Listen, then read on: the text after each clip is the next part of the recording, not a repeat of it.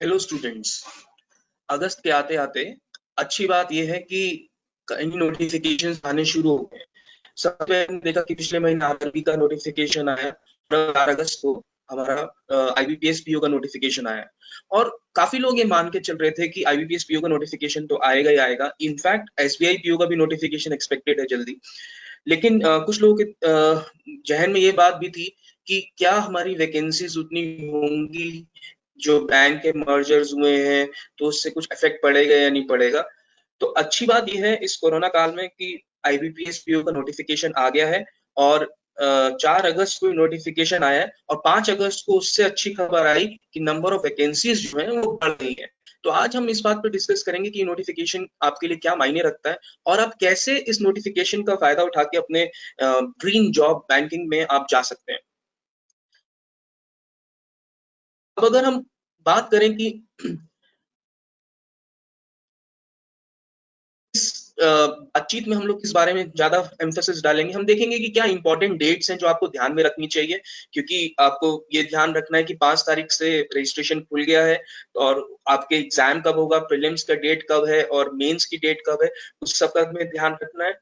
हम ये भी समझना चाहेंगे जो स्टूडेंट्स पहली बार ये एग्जाम लिख रहे हैं कि उनको पता होना चाहिए कि कौन से ऑर्गेनाइजेशन या कौन से बैंक्स इसमें पार्टिसिपेट करें, तो उसके बारे में हम डिस्कस करेंगे। उसके अलावा हम ये भी देखेंगे कि कितनी वैकेंसीज है, क्योंकि जब नोटिफिकेशन 4 अगस्त को आया था तो 1167 यानी कि 1167 वैकेंसीज दिखाई दी थी। लेकिन उसके 1 या 2 दिन बाद उसमें फिर एक अपडेट आया और फिर वैकेंसीज बढ़ गई और अब तो 1417 वैकेंसीज दिखा रहे हैं। करीब 250 वैकेंसीज बढ़ गई हैं जो बैंक ऑफ महाराष्ट्र ने बढ़ाई हैं। उसकी तरफ हम नजर डालेंगे और हम ये भी देखेंगे कि क्या एलिजिबिलिटी क्राइटेरिया है कि कौन कौन ये एग्जाम लिखने में एलिजिबल है, किस किस को ये एग्जाम लिखना चाहिए और वो लिख सकता है। हम ये भी देखेंगे कि बेसिक एग्जाम पैटर्न किस तरीके का है, प्रीलिम्स का पैटर्न क्या होता है, मेंस का पैटर्न क्या होता है, डिस्क्रिप्टिव क्या होता है और इंटरव्यू का क्या रोल इसमें रहता है। अ, हम ये भी देखेंगे कि हम इसके एग्जाम के लिए कैसे अप्लाई कर सकते हैं। जिन अभ्यर्थियों ने पहले अप्लाई किया है उनको तो आइडिया है, बट जो लोग नया एग्जाम अभी तैयारी कर रहे हैं और अभी पास आउट करेंगे वो देखना चाहेंगे कि वो कैसे अप्लाई कर सकते हैं, उस बारे में भी हम विशेष तौर पे ध्यान देंगे। हम ये भी देखेंगे कि कितनी एप्लीकेशन फीस लगती है इसमें अलग अलग कैटेगरीज के लिए। और अब ये जो कोरोना पेंडेमिक के बाद जो सोशल डिस्टेंसिंग की बात हो रही है, तो ये एग्जाम उसी फेज में कराया जा रहा है। तो काफी चीजें बदली हैं, काफी चीजें चेंज हुई हैं। कुछ नियम आए हैं जो आपको पता होने चाहिए ताकि आपको लास्ट मिनट में पैनिक ना हो। आपको ये समझना पड़ेगा कि कैसे आप सारे सोशल डिस्टेंसिंग और अपने आप को सेफ रखते हुए और बाकियों को सेफ रखते हुए एग्जाम लिख सकते हैं, क्योंकि गवर्नमेंट अगर अलाउ कर रही है तो कुछ बेसिक नॉर्म्स आपको फॉलो करने पड़ेंगे। उसके बारे में हम एक बार बात करें। हम इसमें ये भी बात करेंगे कि कट ऑफ क्या एक्सपेक्टेड है। बहुत सारे स्टूडेंट्स आके हमसे पूछते हैं कि सर इसका कट ऑफ क्या होगा, प्रीलिम्स का कट ऑफ क्या है, मेंस का कट ऑफ क्या है और मेरिट कैसे बनता है। हम उस बारे में भी बात करेंगे कि लास्ट 2-3 साल में क्या कट ऑफ्स रहे हैं, प्रीलिम्स के, मेंस के, सेक्शनल कट ऑफ क्या होता है, उस बारे में हमारा डिस्कशन रहेगा। अब सबसे पहले कुछ नजर डालते हैं कि टाइमलाइन क्या है, कौन सी डेट्स हमारे लिए इंपॉर्टेंट है। तो जैसा कि मैंने पहले आपको बताया कि 5 अगस्त 2020 से 26 अगस्त 2020 तक आप इसमें ऑनलाइन रजिस्ट्रेशन कर सकते हैं और कोई एडिट या मॉडिफिकेशन आपको करना है, आपको कुछ अपने उसमें फेर बदल करना है, वो भी आप कर सकते हैं। आप ऑनलाइन फीस जमा करेंगे जो कि 5 अगस्त से 26 अगस्त के बीच में हो सकती है। अक्टूबर महीने में आपको प्रीलिम एग्जाम के कॉल लेटर्स डाउनलोड करने पड़ेंगे। इसका मतलब क्या है, अभी अगस्त है तो हम मान के चलते हैं कि 2 महीने का टाइम हमें मिल रहा है तकरीबन प्रीलिम एग्जाम के लिए। जैसे कि प्रीलिम एग्जाम की डेट्स भी दी है। आरआरबी में ध्यान दीजिएगा, आरआरबी एग्जाम में डेट्स नहीं आई थी, केवल मंथ आए थे। इधर बहुत क्लियरली आईबीपीएस ने स्टेट किया है कि आईबीपीएस पीओ के एग्जाम के लिए उनकी जो प्रीलिम्स की डेट है वो 3 अक्टूबर, 10 अक्टूबर और 11 अक्टूबर है। तो 3 विंडोज क्रिएट की गई हैं। जब ये एग्जाम लिखा जाएगा, ऑब्वियसली बहुत सारे लोग एग्जाम लिखते हैं तो इसलिए 3 विंडोज क्रिएट की गई। और प्रिलिमिनरी एग्जाम का जो रिजल्ट आएगा वो अक्टूबर लास्ट या फिर नवंबर फर्स्ट वीक तक एक्सपेक्टेड है। राइट, तो 11 तारीख को हम मानते हैं कि लास्ट फेज खत्म होगा, तो उसके 15, 20, 25 दिन बाद आप एक्सपेक्ट कर सकते हैं कि अक्टूबर लास्ट तक आपका इसका रिजल्ट आएगा प्रीलिम एग्जाम का। फिर जो लोग उसमें अपना कट ऑफ क्लियर करेंगे, उनका कॉल लेटर आएगा, वो डाउनलोड कर सकते हैं नवंबर में, जैसे ही आपका रिजल्ट आता है प्रीलिम्स का। उसके बाद ऑनलाइन एग्जाम की भी जो मेन एग्जाम है उसकी जो डेट है वो 28 नवंबर है, सैटरडे है उस दिन। तो 28 नवंबर 2020 को मेंस एग्जाम की डेट है, ये भी इन्होंने क्लियरली मेंशन की गई है। जो आरआरबी से फर्क है, आरआरबी में डेट मेंशन नहीं थी। और रिजल्ट का डिक्लेरेशन जो होगा वो दिसंबर में होगा मेंस एग्जाम के। तो आपका 1 महीने के अंदर अंदर तकरीबन एक्सपेक्टेड है, जैसा कि पिछले सालों में होता आया है कि दिसंबर के एंड तक आपका रिजल्ट आ जाएगा और आप इंटरव्यू के लिए अपना कॉल लेटर जनवरी 2021 में डाउनलोड कर सकते हैं। और इंटरव्यू करीब जनवरी लास्ट या फरवरी में एक्सपेक्टेड है, अगर सब कुछ ठीक रहा। और 1 अप्रैल एक वो डेट होती है जिसका बहुत लोगों को इंतजार होता है, स्पेशली जो बैंकिंग की तैयारी करते हैं, क्योंकि उस दिन आईबीपीएस के रिजल्ट्स घोषित किए जाते हैं, आईपीएस पीओ के और आईबीपीएस क्लर्क के। तो अप्रैल 2021 में, इस बार थोड़ा सा लेट हुआ आई थिंक, लेकिन अप्रैल 2021 में एक्सपेक्टेड है कि आपका इस एग्जाम का फाइनल रिजल्ट आपको अलॉटमेंट मिल जाएगा अपने बैंक का। आगे देखते हैं कि पार्टिसिपेटिंग ऑर्गेनाइजेशन कौन से बैंक हैं जो इसमें पार्ट लेने वाले हैं, यानी कि आपके कौन से फ्यूचर एम्प्लॉयर्स हो सकते हैं, कौन से बैंक में आप जाके काम करेंगे अगर आप ये एग्जाम पास करने में कामयाब होते हैं। तो बैंक ऑफ बड़ौदा बहुत बड़ा बैंक है, फिर आपके पास बैंक ऑफ इंडिया है, आपके पास बैंक ऑफ महाराष्ट्र है, कैनरा बैंक है, सेंट्रल बैंक ऑफ इंडिया है, इंडियन बैंक है, इंडियन ओवरसीज बैंक है, Punjab national bank, Punjab and Sindh bank, UCO bank, union bank of India. अब इन सब ने अपनी वैकेंसीज पुट करी थी। जैसा कि मैंने आपको कहा कि ये वैकेंसीज जब पुट की गई थी तो 4 अगस्त को 1167 वैकेंसीज थी, लेकिन अभी अब अगर आप देखेंगे तो 1417 वैकेंसीज। ऐसा इसलिए हुआ क्योंकि बैंक ऑफ महाराष्ट्र ने पहले अपने वैकेंसीज रिपोर्ट नहीं करी थी। तो जो एनआर आप लिखा हुआ देख रहे हैं उसका मतलब है नॉट रिपोर्टेड। तो बैंक ऑफ महाराष्ट्र ने एक दिन बाद अपनी वैकेंसीज 250 वैकेंसीज दी होंगी आईबीपीएस को कि हमें 250 लोगों की जरूरत है। तो उसके बाद ये वैकेंसीज 1167 से बढ़ के 1417 होगी।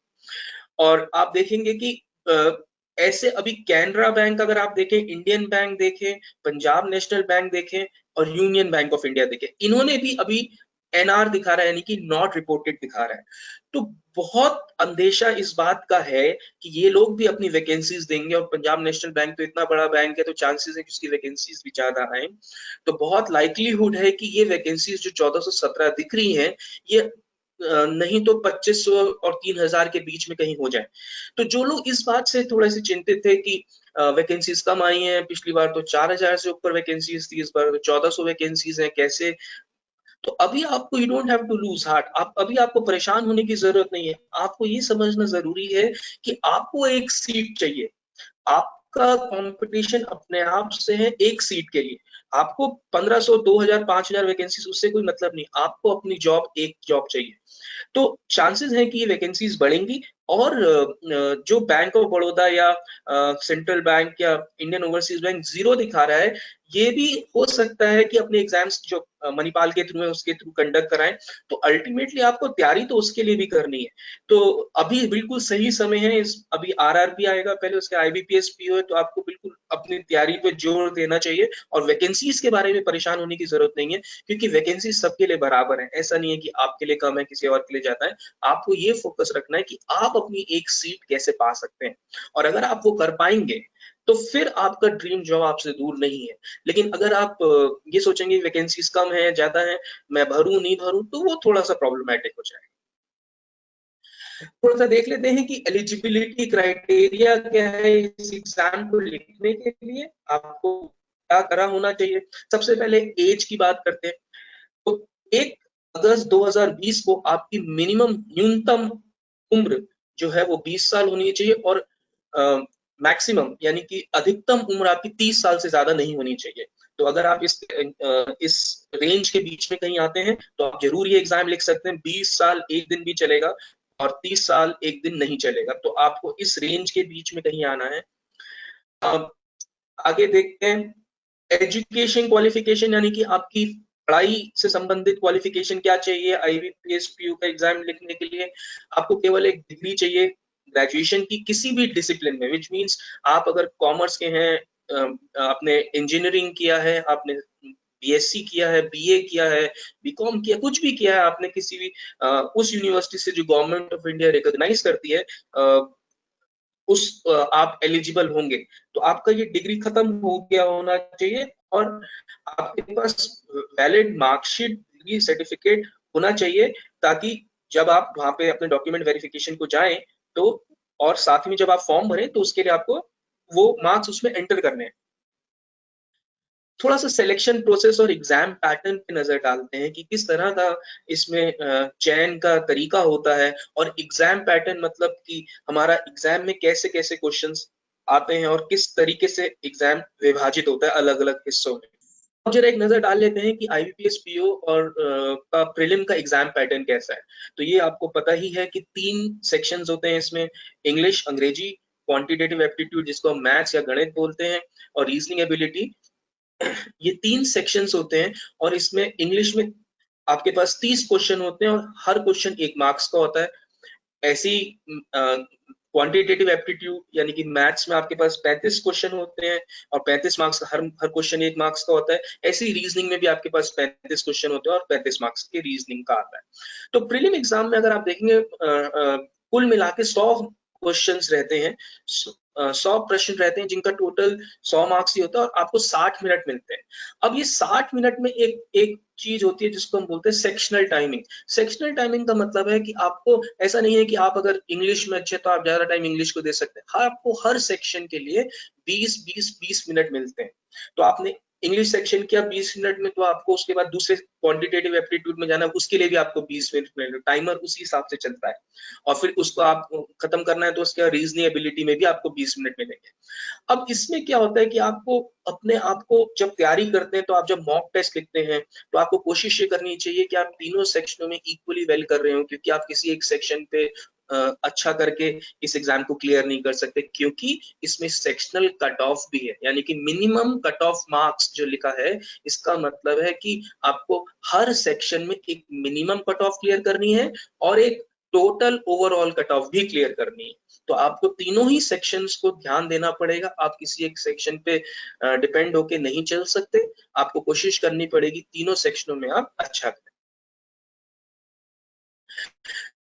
अगर हम मेंस एग्जाम का पैटर्न देखें आईबीपीएस का, तो उसमें अब 4 सेक्शन हो जाते हैं। तो इसमें लिखा है ऑब्जेक्टिव एंड डिस्क्रिप्टिव। डिस्क्रिप्टिव में हम थोड़ी देर में आएंगे, पहले ऑब्जेक्टिव वाले को देखते हैं। ऑब्जेक्टिव एमसीक्यूज होते हैं, एक क्वेश्चन होगा और उसके 4 ऑप्शंस होते हैं। अच्छा, यहाँ पे अब अगर आप देखें, पहला सेक्शन है रीजनिंग एंड कंप्यूटर एप्टीट्यूड। इस पे 45 क्वेश्चन और 60 मार्क्स लिखा हुआ है। इसका सीधा मतलब ये है कि इसमें कुछ क्वेश्चंस ऐसे भी होंगे जो थोड़े टफ क्वेश्चन होंगे या लेंथी क्वेश्चन होंगे, लेकिन उसमें आपको 2 मार्क्स मिलेगा। तो बहुत सारे बच्चे, स्टूडेंट्स ये भी ट्राई करते हैं कि कोशिश किया जाए वो 2-2 मार्क्स वाले क्वेश्चन उठाए जाएं ताकि उनका स्कोर बढ़ सके। अच्छा, इस रीजनिंग सेक्शन के लिए 45 क्वेश्चन के लिए आपको पूरा 1 घंटा यानी कि 60 मिनट का टाइम मिलता है। उसके बाद आपका एक सेक्शन आता है जिसको हम बैंकिंग अवेयरनेस है, जनरल एप्टीट्यूड का सेक्शन बोलते हैं। उसमें आपके पास 40 क्वेश्चन होते हैं और 40 मार्क्स का, हर क्वेश्चन 1 मार्क्स का होता है। उसके लिए आपको 35 मिनट दिए जाते हैं। तीसरा सेक्शन जो होता रहता है, इसमें इंग्लिश का रहता है। इसमें भी 35 क्वेश्चंस होते हैं और इसमें आपको 40 मार्क्स टोटल आपके पास अवेलेबल होते हैं। इसका फिर ये मतलब है कि कई क्वेश्चंस इसमें ऐसे होंगे जो 2-2 मार्क्स के भी होंगे, और इस इंग्लिश के सेक्शन को अटेम्प्ट करने के लिए आपको 40 मिनट मिलते हैं। तीसरा section data analysis and interpretation. ये सेक्शन मैथ्स ही होता है, लेकिन आपको ज्यादा क्वेश्चंस जो होते हैं वो डेटा इंटरप्रिटेशन के होते हैं। तो आपको ग्राफ दिया होगा, पाई चार्ट, ये सारी चीजें दी होंगी। आपको उस बेसिस पे अर्थमेटिक स्ट्रेट फॉरवर्ड जो आपके प्रीलिम एग्जाम में आती है वो नहीं आती है। और आप देखेंगे कि 35 क्वेश्चन है और 60 मार्क्स टोटल लिए जा सकते हैं। तो आप खुद ही इस बात को अंदाजा लगाएंगे कि इसमें तो काफी क्वेश्चन ऐसे होंगे जो 2-2 मार्क्स के होंगे। तो आप देखिए कि प्रीलिम एग्जाम में भी सेक्शनल टाइमिंग था, इसमें भी सेक्शनल टाइमिंग है। मेन एग्जाम 3 घंटे का एक लंबा मैराथन होता है एज कंपेयर टू आपका प्रीलिम एग्जाम। तो आपको इसकी जब तैयारी करनी है तो आपको ये ध्यान रखना है कि आप मेन की तैयारी, प्रीलिम्स की तैयारी अच्छी करने के साथ मेंस की तैयारी भी करें साथ ही साथ, क्योंकि प्रीलिम्स के रिजल्ट में और मेंस के एग्जाम में बहुत ज्यादा डिफरेंस टाइम में होता नहीं है। आपको 20-25 दिन मिलते हैं, उसमें मॉक्स लिखने हैं, उसको एनालिसिस करना है, उतना हो नहीं पाता। तो आपका तैयारी ऐसी होनी चाहिए कि 3 घंटे बैठने की भी आदत होनी चाहिए। पता चला आपने प्रीलिम्स का तैयारी किया 1-1 घंटे का और 1-1 घंटे में आप बहुत अच्छा कर रहे हैं प्रीलिम्स में, और प्रीलिम्स के मार्क्स आगे कैरी फॉरवर्ड नहीं होते। तो अगर प्रीलिम्स का कट ऑफ मान लीजिए 60 गया और आप 90 ले आए 100 में से, तो वो 30 मार्क्स का आपको कोई बेनिफिट नहीं मिलता, क्योंकि जो 61 लाएगा और जो, अगर 60 कट ऑफ है, जो 61 लाएगा और जो 90 लाएगा वो दोनों ही मेंस का एग्जाम लिखेंगे। लेकिन मेंस के मार्क्स, जो मेंस में आप अच्छा करते हैं, मेंस में जो आप कट ऑफ से ज्यादा मार्क्स लेते हैं, वो आपका फाइनल मेरिट लिस्ट में बहुत सहायक होता है। वो इतना हेल्प करता है, क्योंकि वो अभी हम इस बारे में डिस्कस करेंगे। लेकिन समझने वाली चीज ये है कि 3 घंटे का जो पेपर है उसको बैठने के लिए आपको स्टेमिना बिल्ड करने की भी जरूरत है, और उसी लेवल के क्वेश्चंस भी उठाने की जरूरत है, क्योंकि आप ये समझिए कि कई क्वेश्चन इसमें 2 मार्क्स के लिए। आगे बात करते हैं कि जैसे हमने बात करी मींस की minimum sectional and minimum overall score required for shortlisting for interview. इसका मतलब ये है कि आपको हर सेक्शन में, वो रीजनिंग कंप्यूटर एप्टीट्यूड का सेक्शन हो, बैंकिंग अवेयरनेस या जनरल अवेयरनेस का सेक्शन हो, या फिर आपका इंग्लिश का सेक्शन हो, या फिर डेटा एनालिसिस इंटरप्रिटेशन का सेक्शन हो, आपको सब में minimum sectional cut off clear करनी है और मिनिमम ओवरऑल कट ऑफ भी क्लियर करनी है। अब इसी जो हमने प्रीलिम्स में भी देखा था, तो इसीलिए आप किसी एक सेक्शन पे डिपेंड होके एग्जाम लिखने नहीं जा सकते। आपको हर सेक्शन में एक मिनिमम बेसिक तो रिक्वायरमेंट चाहिए ही चाहिए, और एक ओवरऑल कट ऑफ चाहिए। और जो दूसरा पॉइंट है, वो मैं बात जो आपसे कर रहा था कि जो मार्क्स आपके मेंस एग्जाम में आएंगे, वो आपके शॉर्ट लिस्टिंग इंटरव्यू के लिए और फाइनल मेरिट लिस्टिंग के लिए दोनों में यूज होते हैं। तो अगर सपोज आपका कट ऑफ से ज्यादा मार्क्स क्लियर है, तो आपको फाइनल मेरिट लिस्ट में बहुत लाइकली चांस है कि आपका क्लियर हो जाएगा और आपको अपने मनपसंद बैंक भी मिल जाएगा। नेगेटिव मार्किंग प्रीलिम्स में भी होती है, मेंस में भी होती है, और नेगेटिव मार्किंग जो की जाती है वो एक्सक्यूज वो 0.25 मार्क्स या फिर 1/4 की जाती है हर क्वेश्चन में। तो अगर आप कोई क्वेश्चन गलत आंसर करते हैं तो आपका -0.25 हो जाएगा उसका। लेकिन अगर आप कोई क्वेश्चन अटेम्प्ट ही नहीं करते हैं, अगर आप कोई क्वेश्चन मार्क ही नहीं करके आते हैं, तो उसके लिए जो क्वेश्चन हम छोड़ते हैं उनके लिए कोई हमें पेनल्टी नहीं पड़ती है। जो हम गलत करेंगे उसके लिए आपको -0.25 की पेनल्टी पड़ती है। अब हम जरा बात करते हैं कि ऑब्जेक्टिव, हमने मेंस में ऑब्जेक्टिव टेस्ट की तो बात करी, मेंस का एक छोटा पार्ट डिस्क्रिप्टिव टेस्ट भी होता है, तो बहुत बार इग्नोर किया जाता है। और ये डिस्क्रिप्टिव टेस्ट क्या होता है कि ये 25 मार्क्स का टेस्ट होता है, जो एक इमीडिएटली आपका जैसे मेंस का एग्जाम खत्म होता है उसके बाद आपको दिया जाता है, जो जिसमें आपको आधे घंटे में एक एसे और एक लेटर लिखना होता है। वो आपके पास चॉइसेस होती है, एसे की भी चॉइस होंगी और लेटर की भी चॉइस होंगी। आपको अपने दिमाग से उस समय जो ख्याल आए, जो भी आपके थॉट्स बनते हैं उसके बारे में, वो आपको लिखना होता है। ऑब्वियसली लेटर अगर आप लिखेंगे तो फॉर्मल इनफॉर्मल हो सकता है, और उसके कई फॉर्मेट होते हैं, वो आपको समझने पड़ेंगे पहले। और इवन एसे का है, एक इंट्रोडक्शन होगा, एक बॉडी होगा, एक कंक्लूजन होगा। ये आपको 30 मिनट मिलते हैं, तो तकरीबन 15 मिनट लेटर के लिए, 15 मिनट एसे के लिए। और ये डिस्क्रिप्टिव टेस्ट आप कंप्यूटर पे टाइप करते हैं, और ये इमीडिएटली जब आपका मेंस का एग्जाम 3 घंटे का खत्म होता है, तो आधे घंटे का ये किया जाता है। अब बहुत लोग इसकी प्रैक्टिस नहीं करते हैं, बहुत लोग कहते हैं इतना इंपॉर्टेंट नहीं है, लेकिन आप सोचिए 3 घंटे टेस्ट लिखने के बाद आपको आधा घंटा और बैठना है, तो आपको स्टेमिना कितना चाहिए। और आपको एक्चुअली इस डिस्क्रिप्टिव टेस्ट में भी क्वालिफाई करना बहुत जरूरी है, राइट। और डिस्क्रिप्टिव टेस्ट सिर्फ उन कैंडिडेट्स का वो चेक करेंगे जिनका मेंस का, उनका क्वालिफाइंग मार्क्स उनके ऑब्जेक्टिव टेस्ट में, यानी कि मेंस में अगर उनके क्वालिफाइंग मार्क्स हैं तभी उनका डिस्क्रिप्टिव का पेपर चेक होता है। लेकिन अगर आपने डिस्क्रिप्टिव में अच्छा नहीं किया और आप उसको क्वालिफाई नहीं कर पाए, तो आपके मेंस मार्क्स जितने भी अच्छे हैं वो किसी काम नहीं आएंगे। तो डिस्क्रिप्टिव का भी आपको ध्यान रखना है कि ये भी बहुत इंपॉर्टेंट एस्पेक्ट है जिसको हम निग्लेक्ट नहीं कर सकते। बात आती है हम कैसे अप्लाई कर सकते हैं आईबीपीएस पीओ के लिए। तो आपको ये समझना जरूरी है कि आप इसकी वेबसाइट पे जाएंगे तो आपको दिखेगा कि 5 अगस्त से 26 अगस्त के बीच में आप इसको अप्लाई कर सकते हैं। अच्छा, आपको एक फोटोग्राफ चाहिए, स्कैन फोटोग्राफ वहां पे अपलोड करने के लिए। आपको अपने सिग्नेचर चाहिए, लेफ्ट थंब का इंप्रेशन चाहिए, एक डिक्लेरेशन फॉर्म चाहिए, और एक वैलिड ईमेल आईडी चाहिए जो आपका ईमेल आईडी काम कर रहा हो। ईमेल आईडी वही डालेगा जिसके पासवर्ड आपको याद हो, ताकि बाद में कोई प्रॉब्लम ना हो आपको।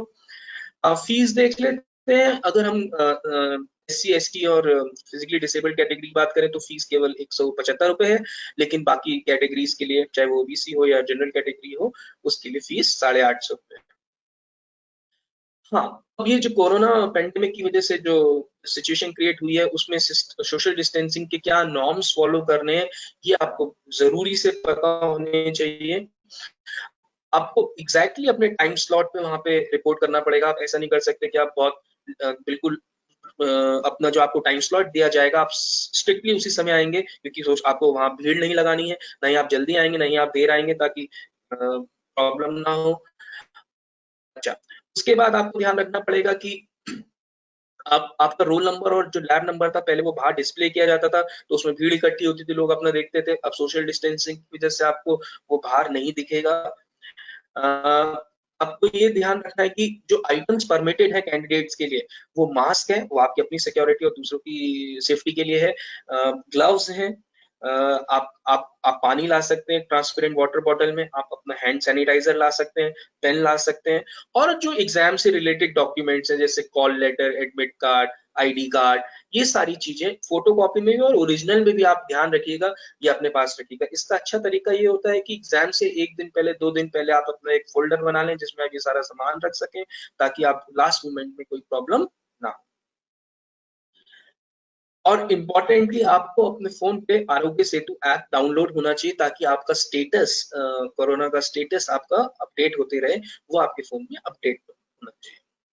अगर हम कट ऑफ्स की बात करें तो आप देखेंगे कि प्रीलिम्स में रीजनिंग में 10.15 का कट ऑफ था जनरल कैटेगरी में, और 6.5 का SC कैटेगरी में था। तो 10.15 का कट ऑफ रीजनिंग में था, 10.5 का 10.5 इंग्लिश में है, और क्वांटिटेटिव में यानी कि मैथ्स में प्रीलिम्स का कट ऑफ 8.25 है, यानी कि 8.75 है। तो अगर हम इसको ऐड करते हैं तो ये बनता है 18, 19, करीब 29.5।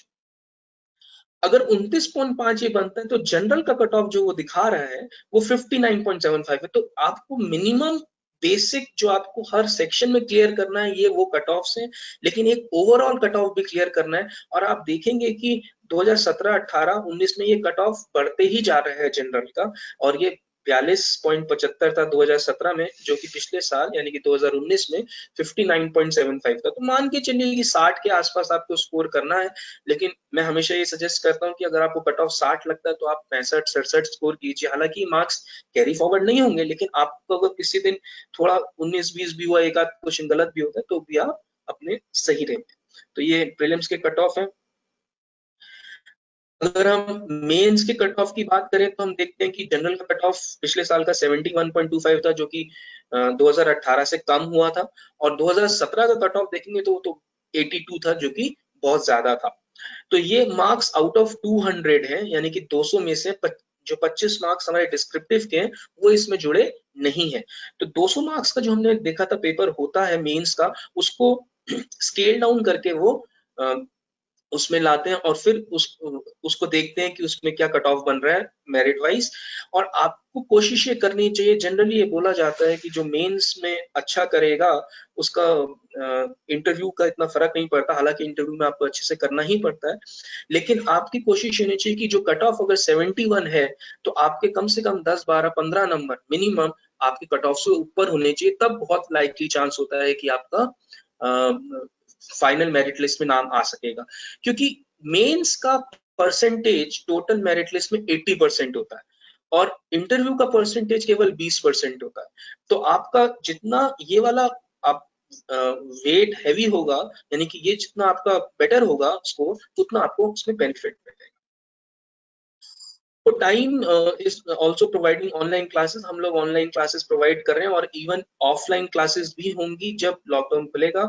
तो उसमें आपको 200 से ज्यादा घंटे के प्रीलिम्स और मेंस को कवर करते हुए क्लासेस मिलेंगी। पहले प्रीलिम्स कवर किया जाएगा, क्योंकि प्रीलिम्स इंपॉर्टेंट है। बहुत सारे बच्चों को प्रीलिम्स ही नहीं क्लियर हुआ तो मेंस का क्या करेंगे, तो पहले प्रीलिम्स कवर किया जाएगा। 190 सेक्शनल टेस्ट होंगे अलग अलग सेक्शन के बेसिस पे, जिसको आप अपना एक पर्टिकुलर टॉपिक तैयार करने के बाद दे सकते हैं। फुल लेंथ टेस्ट होंगे 130, जिसमें IBPS, SBI और RRB के प्योर क्लर्क के एग्जाम होंगे। हर महीने आपको करंट अफेयर्स की मैगजीन मिलेगी, तो ई बुक आपको प्रोवाइड की जाएगी और सेंटर खुलने पे आपको हार्ड कॉपी भी मिलती है। और आपको 11 बुकलेट्स मिलेंगी जो सारे एरियाज को कवर करेंगे, जैसे रीजनिंग, इंग्लिश, वोकैबुलरी, आपका देन यू हैव कॉन्ट्स, ये सारे डिस्क्रिप्टिव, ये सारी चीजों को कवर करते हुए आपको इसमें मिलेंगी, जिसमें मल्टीपल चैप्टर्स होंगे। तो स्टूडेंट्स ये है, और all the best, prepare well और अच्छे से एग्जाम लिखिएगा। Till then see you, bye.